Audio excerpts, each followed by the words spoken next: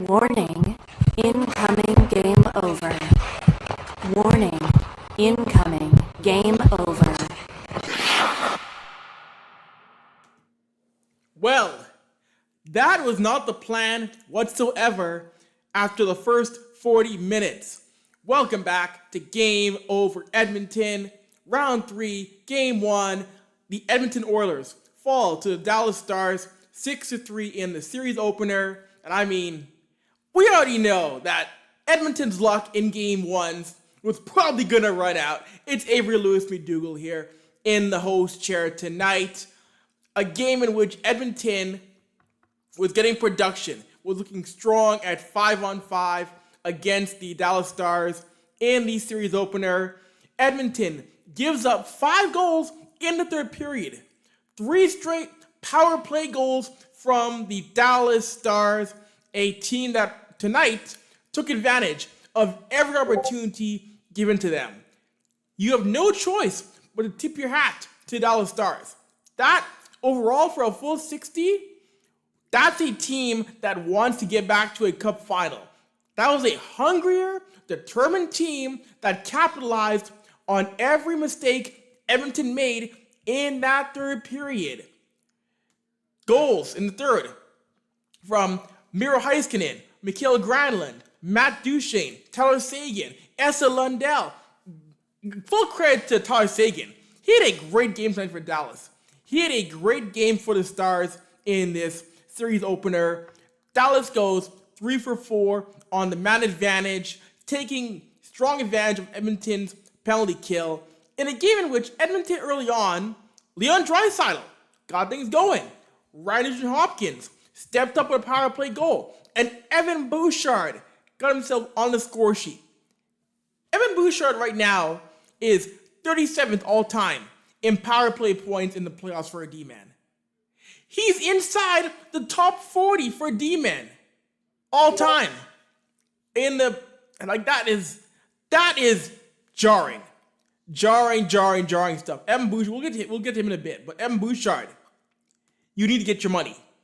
You gotta get your money. You gotta get paid. You need to get compensated for what you've done this year.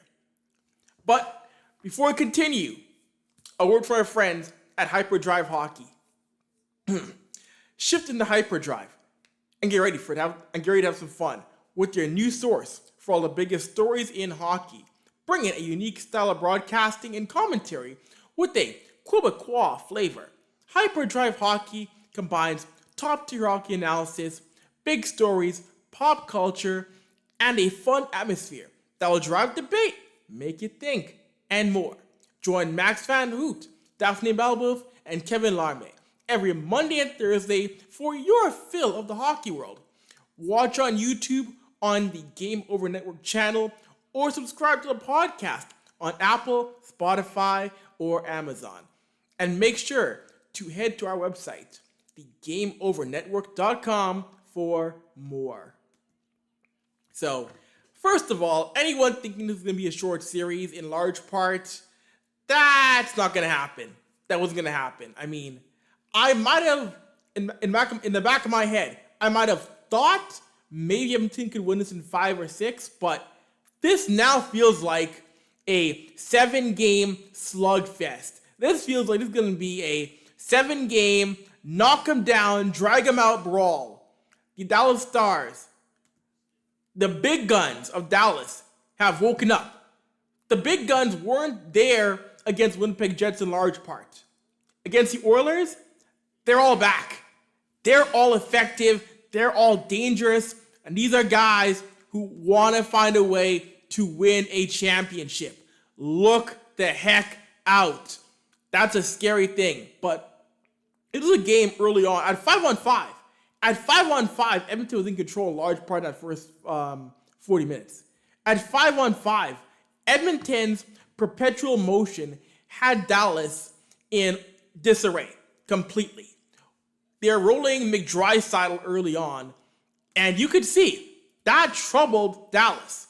Draisaitl and McDavid were getting in behind Dallas defenders. That start was not what the Stars wanted at all. That start was Dallas trying to keep up. Everybody in green was a step behind an Oiler to begin this game. And this could have easily been a bigger lead for Edmonton. The Oilers had the chances to put away this game. This could have been a 4 or a 5-1 game if Edmonton had a chance to put things away. And I see the comments are popping right now. The comments are happening. Love seeing the people here talking, engaging. Love seeing that. We'll get to your comments and your thoughts. We'll also get to some post-game audio from the Oilers locker room. I see a comment. He will get to his comment. Adam, Oilers need Ekholm. You know what? Matthias is skating again. Matthias is skating, and I think Ekholm will be returned in this series by a game 4 or a game 5. He'll find a way to come back into the series for the Oilers. I don't see Matthias Ekholm not playing in this series at some point. They'll find a way to get back in there, and it's a great sign to see that he is skating, working again. He's close. Matthias Ekholm is close to returning to this Oilers lineup. It's just a matter of what game and how he feels about coming back in, say, a game 4 or a game 5. But either way, Matthias Ekholm will return to that lineup. But like I said off the top there again, the Oilers and game 1s. Whatever it is about this core, a game 1 just has them struggling. I know they've won game 1s before. They've won a game 1 against the Vegas Golden Knights, but for some reason, in any other series, they cannot find a way to close out a series opener. It's a weird thing. It is a weird thing, but I do expect this team to find a way to bounce back in game 2 and clean up that third period, because discipline was a tough thing for Edmonton. Penalty trouble. You can't get into it against Dallas. That's one of the best teams on man advantage. And talk about a change of script from last year's Western Final, when Dallas couldn't buy a goal on the power play against Edmonton. They couldn't get a power play goal to save their lives. Edmonton's PK was phenomenal. And now, Edmonton couldn't get a stop. Edmonton couldn't slow things down when Dallas went to a 5-on-4. Not a good sign. You keep the game at 5-on-5, Edmonton's got that shot of winning this series. 5-on-4, Dallas has a lot of control. Dallas takes things over. If you're a Stars fan, you should be pleased. You should be enjoying what you saw tonight. You should be loving what this team showed you on home ice. Because the big thing that we saw Edmonton do in that series against the Stars last year, Edmonton stole home ice in game 1. Edmonton got that big overtime win in game 1 last year. Dallas defended home ice, got that win, got off on the right foot. That's a big thing you need against this Oilers team. Finding a way to get that game 1 win. But I mean, heck, the LA Kings were up 2-0 and couldn't hold it. But granted, yes, the Oilers are not the LA Kings. The Stars are not the LA Kings. The Dallas Stars are a much better team than the LA Kings. So don't spot this team a 2-0 series lead. I doubt they squander it, no matter who you are. So you can't treat the Stars like you could the LA Kings. Absolutely not. Absolutely not. Like you said, hey, if you got any comments, questions, please fire them my way on Twitter. I'm on Twitter, AVRY. Hit them up. Fire them in our comment section on YouTube. Love getting engagement on the YouTube channel postgame. Always fun to get the thoughts of the fan base and opposing fans, neutral fans. Just get the conversation going, flowing here on a Wednesday night. Of course, the Oilers are the last Canadian team standing. The hopes of the country, once again, lay at the feet of only the Edmonton Oilers. So, we'll definitely see how things go from there. And with that being said, y'all, Patreon. You love it. I love it. We all love it here at the Game Over Network. So, do you want to find ways to help an upstart media company employing over 30 young journalists and analysts across Canada? If you got a few spare bucks kicking around, you can head to our Patreon page at patreon.com/the Game Over Network. There, you'll find multiple tiers featuring different rewards and goodies for helping us grow. There's extra access, looks behind the scenes, Discord benefits, merchandise discounts, and opportunities to give us feedback. And you can join us live for special shows. We can talk to us as we launch more ways to improve your experience. And hey, we know sometimes times can be tough, times can be hard, and you can't spare a few bucks. We get that. That's why we have a free tier so you can still enjoy the fun. And hey, if you really want to help us out, on the show and network, make sure to click like, subscribe on YouTube, rate us 5 stars on your fave podcast app, and share our work on your favorite platform of social media. So that's patreon.com/the Game Over Network for tantalizing goodies. All right. Second period time, y'all. Here on Game Over Edmonton. It is always funny being the last show standing. We had that last year.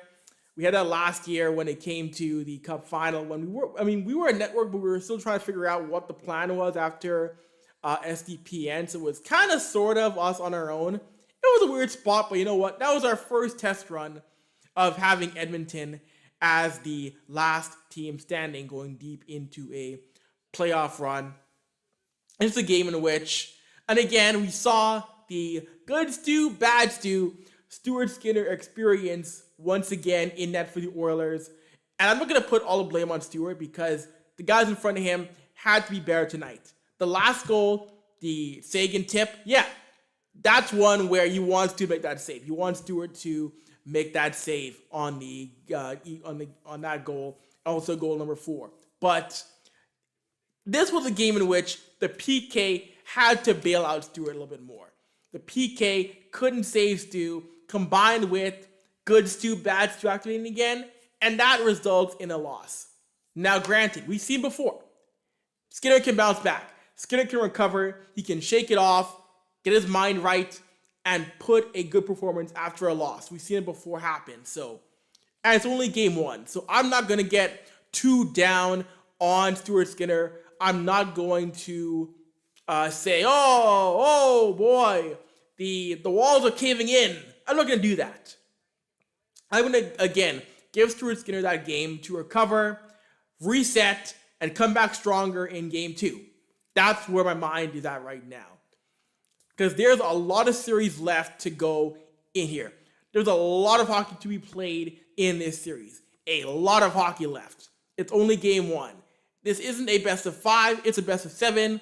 First team to win 4 games moves on. So we're just getting started. We are just getting started with how the series is going to go.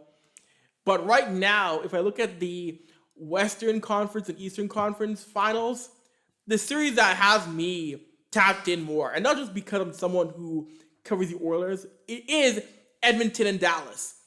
The style of play between these two teams makes this a far more compelling series than Carolina, Florida. And not to bash those two teams. I want the Hurricanes to succeed. I want Rod Brind'Amour to have Cup final joy in his life.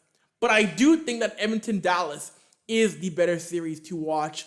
If you would ask me, which series would you watch more in a 7-game battle? It's Edmonton-Dallas.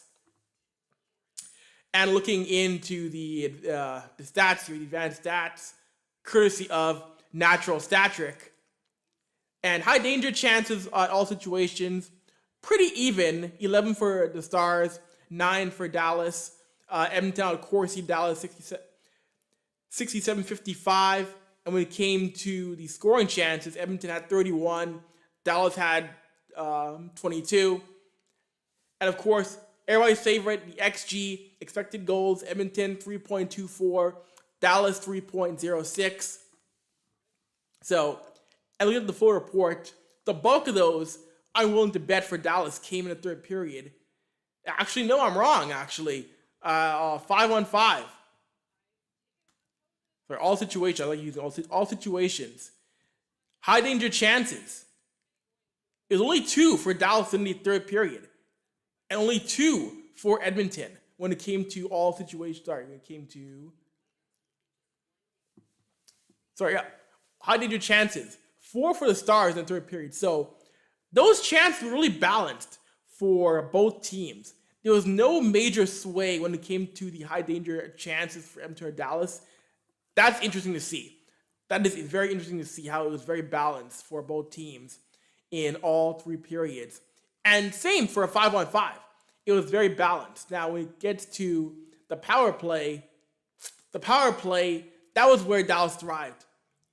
Edmonton had no high danger chances on the man advantage. Yikes. They had none.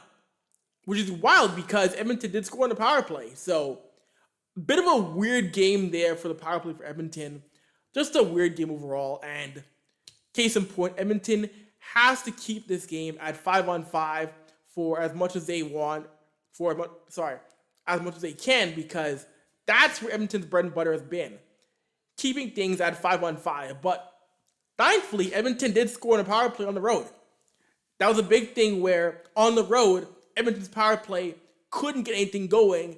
They struck tonight. That bleakness of road power play scoring was killed for the Oilers tonight. They found a way to strike on the road on the man advantage. It's now just a matter of holding on to those leads now when you're playing on the road and playing in Dallas, Texas, in one of the more hostile buildings in all of the NHL. Full credit, Dallas Star fans, Dallas, Texas, that building has for a very long time been intimidating. That building has been for a long time a tough place to win and find a way to get success in. So full credit. When it comes to Sunbelt markets, Dallas Star fans have always been on their game and they've always been tough. It's a little bit of a scary place to play in. In the playoffs, when it comes to Sunbelt markets, Vegas, San Jose, and Dallas, scary barns to play in. Always have been, always will be, come playoff time. And you know what? Those fan bases, applaud yourselves. You've always been hostile come the postseason. Pat yourselves on the back. Seriously, I mean that, truly. I truly do mean that. And we're going to try and find some post-game content here, or some post-game audio to get to. If you missed the stuff on ESPN and Sportsnet, we will definitely load up the audio post-game with Chris Knobloch and others from the Oilers side, because you want to hear their thoughts. You definitely want to hear their thoughts. I know it looks like it's a little bit late, or it's a little bit, there we go. Here's some stuff now. Usually they're a little bit more prompt, but there we go. Here's some post-game content. So if you missed it, we'll jump right now, post-game, to comments from Stuart Skinner.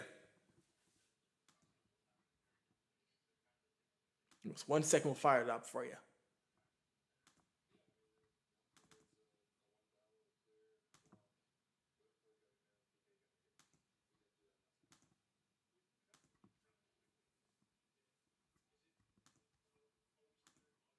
Maybe just take us through kind of what you saw on your end and just maybe how dramatic that 5 or 6 minutes is. Yeah, obviously we let down our guard for 5-6 minutes, got in some penalty trouble. They were coming out hot. Momentum kind of shifted for them in that moment and obviously bit us. So yeah, it's something for us to learn from, myself included, obviously, and get better from there. How much tougher is that to swallow that 6 minute stretch, especially with the way you guys were playing at 5-on-5 in the opening quarter? Yeah, it's a tough pill to swallow for sure. I mean, you just can't be doing that, especially playoff time, especially against a team like this. They know how to score goals, obviously. Mature team, so I know that we have that in us as well, and we've done it many, many times. So just, let it slip for a little bit, and we'll get back at it for sure. They have lots of bodies in and around you on those power play goals. Is that, as a goalie, is that just stuff you got to fight through? Or I imagine that's not easy. But Yeah, it's always something that you got to fight through. It's, it's just competitiveness. Obviously they're competing to get goals, get guys around the net, make my life a lot harder, and I just got to fight through that. I got to battle them as much as battling for sight of the puck, and that's what makes the game tough. It's hard. It's not supposed to be easy. So an opportunity for me to get better at that, get better at traffic play, get better at that competitiven's, and work my way through it. You guys were so good on the penalty kill last year. I guess what are you seeing this year that's just not working out the same way? Yeah, it's really hard for me to say. Goals have been going in a little bit differently in different ways. Again, it's a different series, so they show us different things, right? I think tonight a little bit of the east to west stuff kind of got us into trouble. I know that first, the goal from the point, I should have looked on the right side a little bit quicker. So obviously I didn't, and then that's, it's a goal, and then it's, momentum's on their side. So just little things like that. But I think as a PK, it's been a little bit up and down right now. It was bad at the start of the first round and then got better. It was great all series against Vegas, and, a struggle for one game. But, again, it's one game, right? So we can get back on the horse, for next game for sure. Momentum in the playoffs somehow is so much bigger than momentum in January. Like when that ball started rolling downhill tonight, it looked pretty tough to stop for you guys. Yeah, that's the game. It feels harder in the playoffs, but it's actually not different at all. In games, there's always momentum shifts. I think that in playoffs, it just feels a lot heavier because it's a heavier moment. So, as you alluded to, all the power play goals seem to come in different ways. Is there a takeaway that you can kind of muster up? Yeah, for myself, I'll probably look at the clips and, make subtle changes if needed. And I think that's what we're going to do as a team too. We're going to look at the clips. We're going to, talk to Stu and, make sure that we try to figure this out as soon as we possibly can. What did you see or feel on that Duchesne marker? On the what? On the Duchesne goal. You were kind of looking at the ref with your arms up. What did you see or feel from that one? The kind of the scrum goal. I just felt some contact when I got to the point, and so it was hard for me to kind of shift to my left. And then obviously the pass happened, and I had to go into desperation because I felt like I got interfered there. I'm not too sure if he was in the blue paint or not, so that's kind of why I was just looking at the bench. And then from there, it was kind of just scramble mode, and they beat us. They outbattled me. Again, it goes back to your question. It's just competitiveness, trying to fight through that stuff. It's not going to be perfect every night. You gotta find ways. All right, there's Will's goaltender, Stuart Skinner, after the loss tonight. And again, I said before, Stuart Skinner is the kind of guy where he will, he will brush things off. He will look back at things and reflect and get ready for that next game. He's good at not dwelling on the past, which has been his MO for a lot of his tenure in the NHL. That's been a big thing and a big aspect of Stuart Skinner as a NHL goaltender. And I do want to address something that people saw that Oilers fans, Stars fans, and hockey fans in general were annoyed by, were irritated by, and I like the fact that we've all come together to slander this guy and come together to just roast this dude.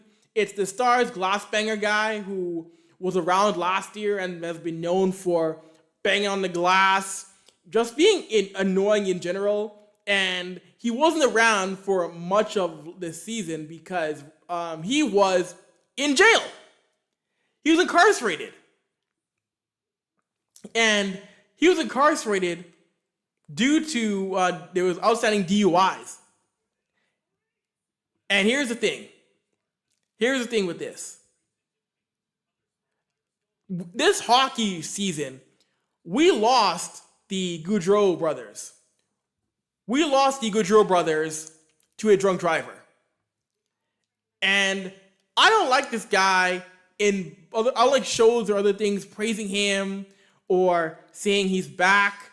I like the fact that Stars fans, Oilers fans said, go away, this guy sucks. And the fact that this guy is back again, I cannot stand. I will not glorify this dude. I'll not glorify this donkey who got behind the wheel, who couldn't call an Uber, who couldn't take the bus, who couldn't call a friend to drive him. I'm sorry. I don't like praising this dude. I think the glass bang thing's annoying as it is, but the fact that what he went to prison for, even more so, come on. Come on, guy. Be better. I don't want to glorify this dude. I don't want to say he's cool or anything like that. I really don't. Nick Morach is his name. I really, really hate the fact this guy's around. And the fact that other shows think it's funny or the fact that he's cool. I don't like that. And yeah, he was involved in a traffic accident. He was arrested back in November after a traffic accident. And it was discovered that he had warrants for a probation violation stemming from previous incidences of driving while intoxicated. So, no, I'm not a fan of this guy or anyone saying, he's out, yay! No, this guy's a clown. This guy's a clown. You get behind the wheel, drunk, or intoxicated. No, you're not some hero. I don't want to see people praising your return to Stars games. Nah, this guy's a dink. Can't stand him. Sorry. I really don't. So, with that being said, if you're enjoying the show so far, you want some more of this, right? Well, make sure you hit the like and subscribe button on this video. Click subscribe to our channel, and make sure you tap in and hit the notification bell so you know when we go live next. If you're tapping into our podcast, please give us a 5-star rating, or if you want, leave a positive review.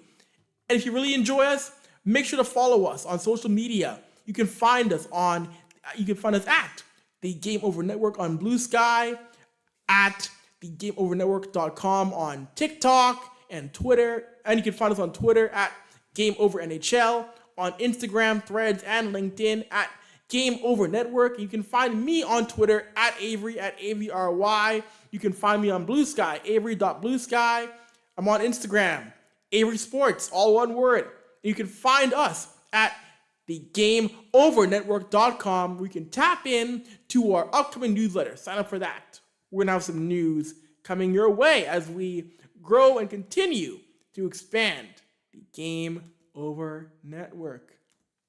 Third period time, y'all, as we wind down Game 1. And again, it's always, Game 1s always have me hyped. No matter what league, no matter what team, I love a good Game 1. I love what a Game 1 brings. And you know what? Like I said, this is going to be a long series, a tough series. This is going, the more that I think about it now, absorb it, this is going 6, probably 7. And in this game, one thing that we saw Edmonton do was there was way too many giveaways and turnovers. I wanted to address this. Edmonton, according to NHL.com, had 19 giveaways.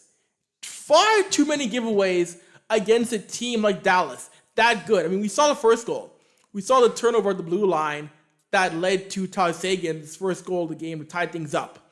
That turnover cannot happen when you're buzzing in the offensive zone. Edmonton's buzzing, and John Klingberg has a bad turnover at the blue line. Tyler Seguin cashes in on that breakaway to make it a 1-1 game. Edmonton, at times, was a little too sloppy with the puck.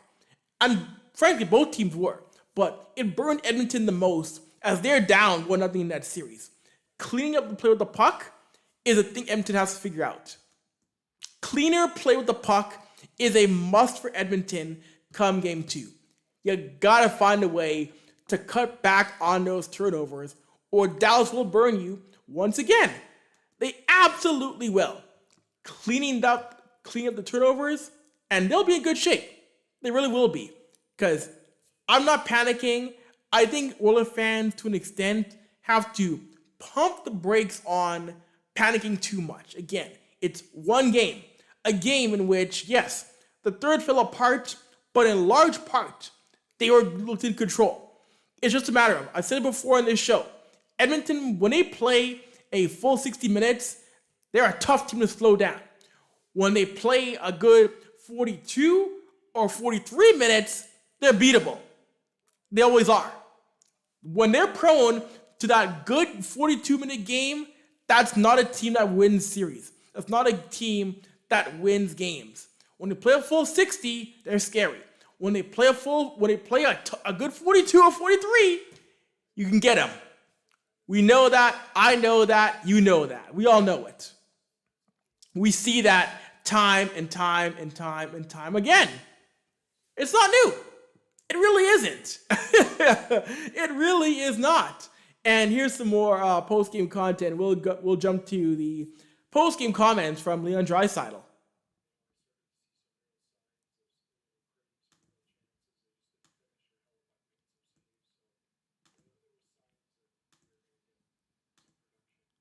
Oh, 1 second. There we go. What did you see happen? What did you see happen there in the third period? You guys looked like you were in complete control again. And kind of just slipped away. Yeah, just penalties. Obviously couldn't come up with a kill, and then game got away from us a little bit through the kill, and obviously then a power play when you have a chance to tie it up wasn't much better. So just look at it, correct it. How are you seeing this? Special teams on the road are really struggling this playoffs. How can you put your finger on why, like on both sides of the ball? No, I can't. But we got to obviously figure that out. You guys, it seemed at even strength through the first 40 minutes or so. You had a pretty good formula going, Leon. And maybe just what happened in the third there where you couldn't get back to that necessarily? Well, I mean, we give up 3 goals in a row on the kill. It just kills the momentum, and then you're chasing the game. The game changes from there. So we got to be an awful lot more mature than that. Is it just a matter, you think, of taking too many penalties if the kill's having a little trouble? Yeah, I mean, yeah, like we got to stay out of the box, but there's going to be penalties. We got to come up with a kill. I'm not on it, so who am I to say anything? But that's just common sense. That's a fact. And then, once you have a chance to tie the game up on the power play, then it's our turn to be much better than that. Can you build on those first 2 periods? And because you guys were pretty dominant in those first 2 periods, if you're playing your game, don't give pucks. Yeah, absolutely. I mean, we played a really good 40 minutes. Obviously, got away from us. It's frustrating, but lots of good we can take from the first 40.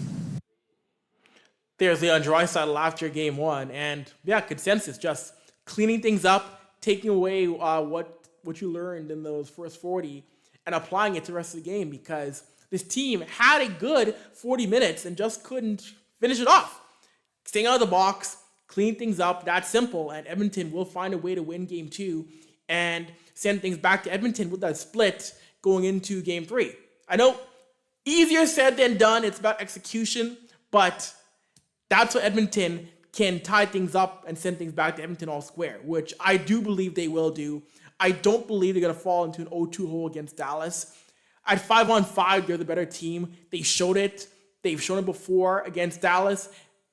5-on-5, this is a tough team to slow down when everything clicks. When everything goes right, they're hard to stop. And it isn't just McDavid and Draisaitl. It extends to the depth of guys like Kane, like Corey Perry, like Kasperi Kapanen, etc., etc. The depth guys have shown they're here to step up and they're ready to execute. So we'll definitely see.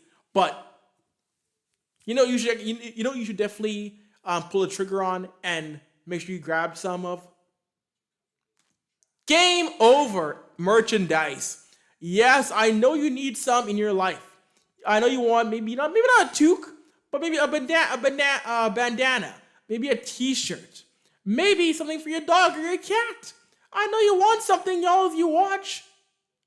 As Game Over merchandise's line has dropped with 3 unique designs, because what better way to support a thing you love than by repping it on yourself? Whether you want to feel the nostalgic pull of our retro skater design? Want to make a statement with our established design? Want to wear your love for goalies proudly with our live and die by the goalie design? Or if you just need a pop, a juice, a beer, a coffee, a tea to get you through the summer, we got you covered.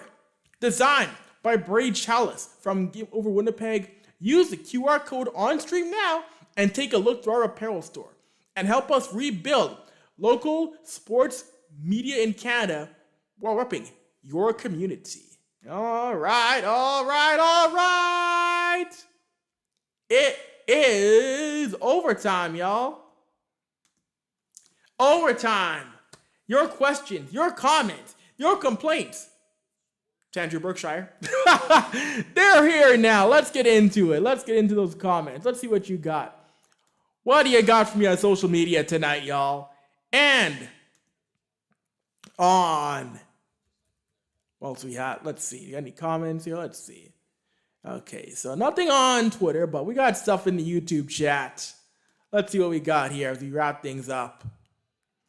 ZB1616. Stars will win in 5.